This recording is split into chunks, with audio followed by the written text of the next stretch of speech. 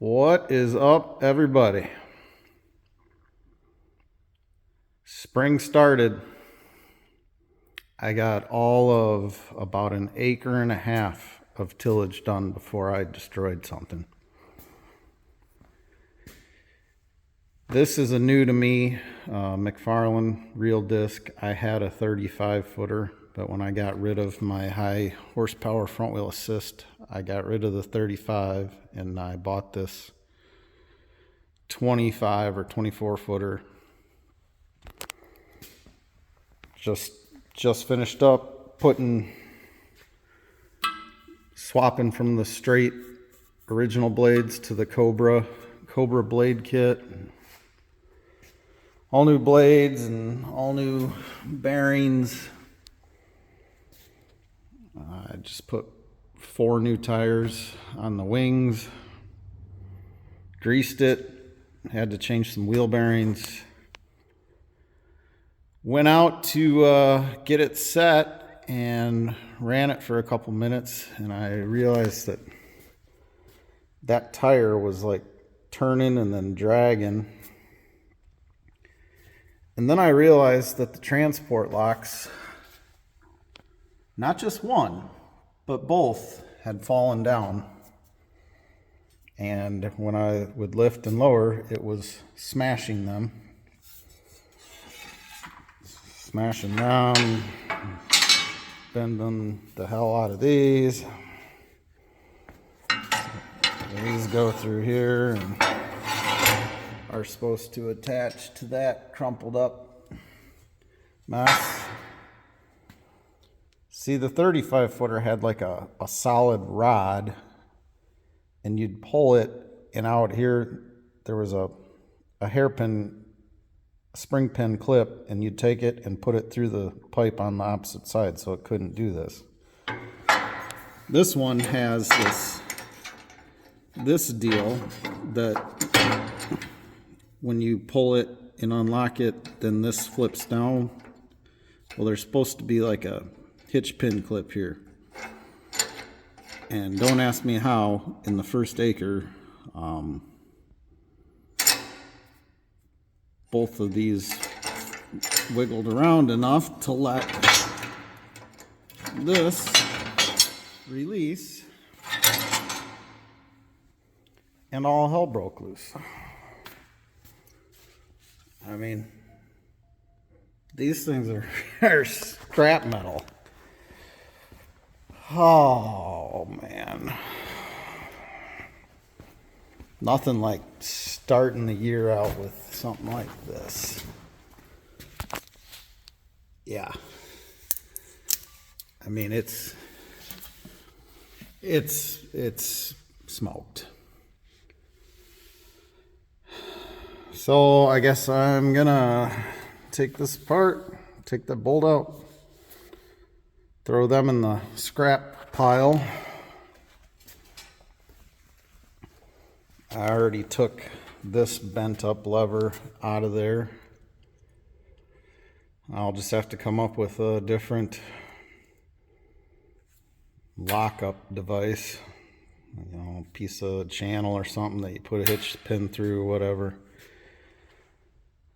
And while it's in here, the one other thing that I was gonna do, but I ran out of time, is this tool is by the previous owner. It sat outside, and all the hydraulic hoses are, you know, they're cracked and weather checked pretty bad. I might just, it's supposed to rain later today. If it rains, I might just take every one of the hoses off this thing and make new ones. Well, since I tore up the vertical tillage tool, I decided to come set up the field cultivator on the Steiger and start leveling some ground. Probably start out planting soybeans. It's the nighttime temps here coming up for a little bit, or a little colder than I want for corn. The beans can sit there for a while. so far. The auto steer wasn't working, so the auto steer guys came out and they had to change the black box on the floor, like the nav controller. It wouldn't hold a line, but now it's working perfect. I'm not using it right now because I'm going around borders here, but cultivator's doing a nice job. It's pulling hard. I put all new sweeps on it and I switched to a different style sweep. I think it's Nichols is the brand. It worked good until I get them all completely scoured up, shined up real good. It's pulling pretty good. That and my number one remote will lift the field cultivator but not lower it, so I had to switch over to this one. I'm assuming that I just need to adjust the cable.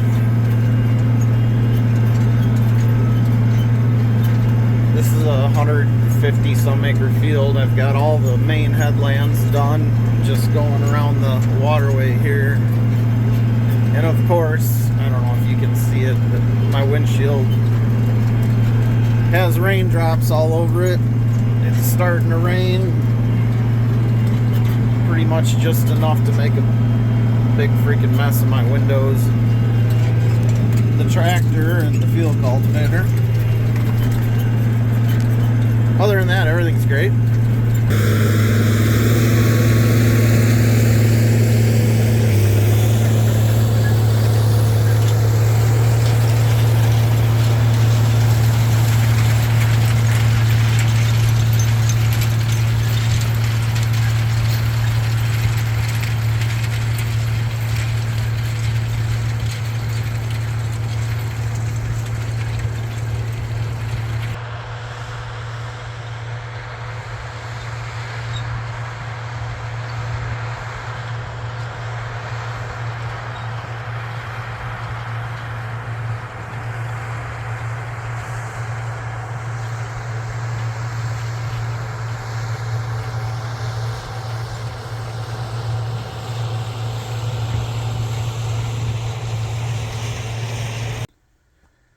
Alright, I've got the planter all hooked up to the Magnum.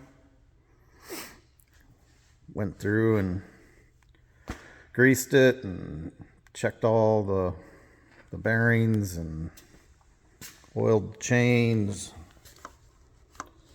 lubed up the air clutches. And then the monitor, the Pro 700, wouldn't communicate because that monitor was in my T8 360 New Holland, and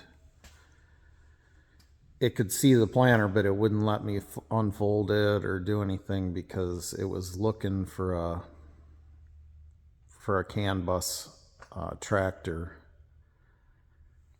So they had to come and put different software in it yesterday and get everything working because now I have one screen's the auto steer and the other one's the planter monitor. So it quit trying to find a tractor on the Pro 700, but that's all working.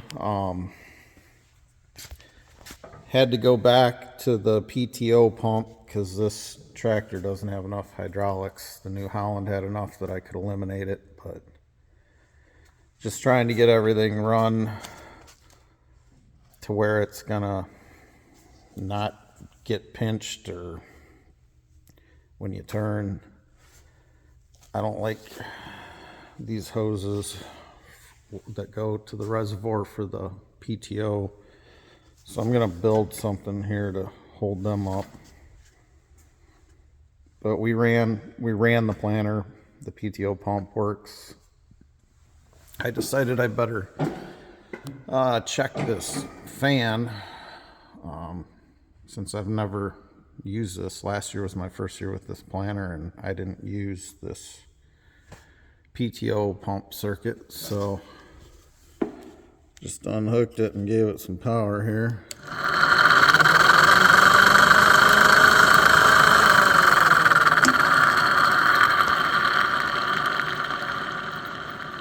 Yeah, it sounds a little bit like a meat grinder, so I think we better change that before it takes a big crap. And I'll come up with something, some sort of bracket here.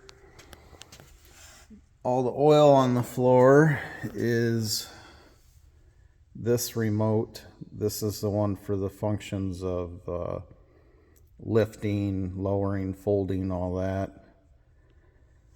So I'll pop this remote off. It's leaking out the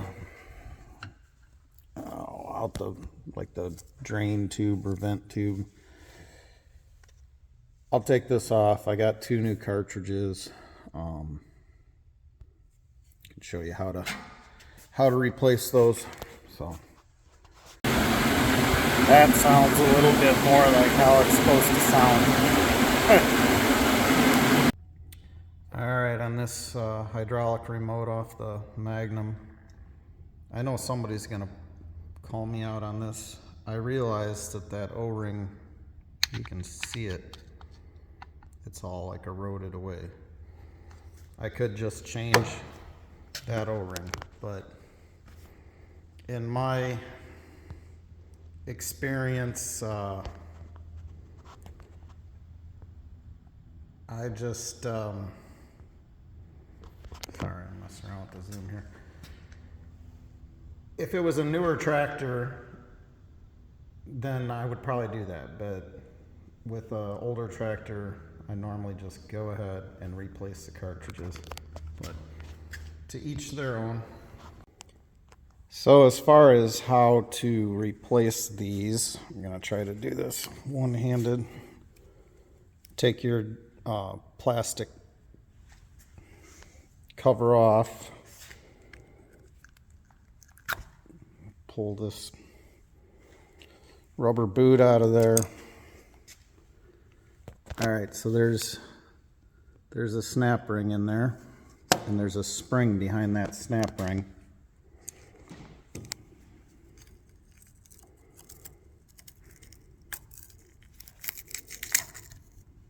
Take that out. Pull the spring out. Then a person would think after you did that you'd be able to just grab this and pull it out of there. And I'm sure many people have gone complete bananas on that, trying to pry them out of there. But there is this plug that screws in here, and this is your drain hose for the cartridges. One connects to the one above it, or this would be the one above it, and then this just goes down, drains on the ground. Take that out, and you look in there, and there's a spring. Alright, so you grab this spring, and it comes out of this hole here. There's a groove in the cartridge that spring feeds its way around. Once it's out, I don't have water in my hydraulic oil. I ran this in my water-based parts washer over there. Then that just pulls right out of there. But if you don't take that spring out, it ain't ever coming out. So then you got some O-rings and backup rings.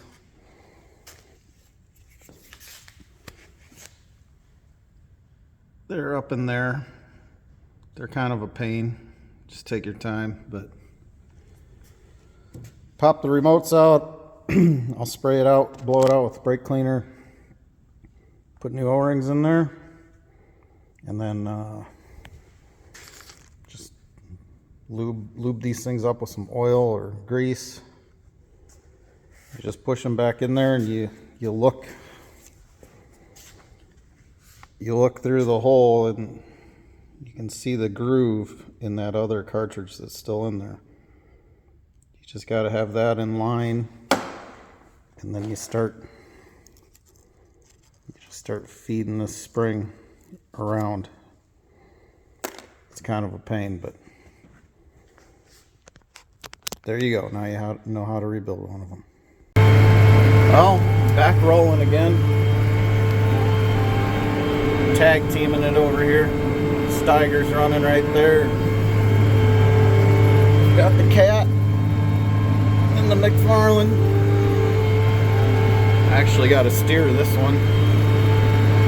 Man, it's doing a really nice job. This ground is really mellow. It's working up really nice. It's Saturday right now, so probably gonna hopefully get going planting beans tomorrow and see what we can get done. So thanks for watching, everybody. Catch you on the next one.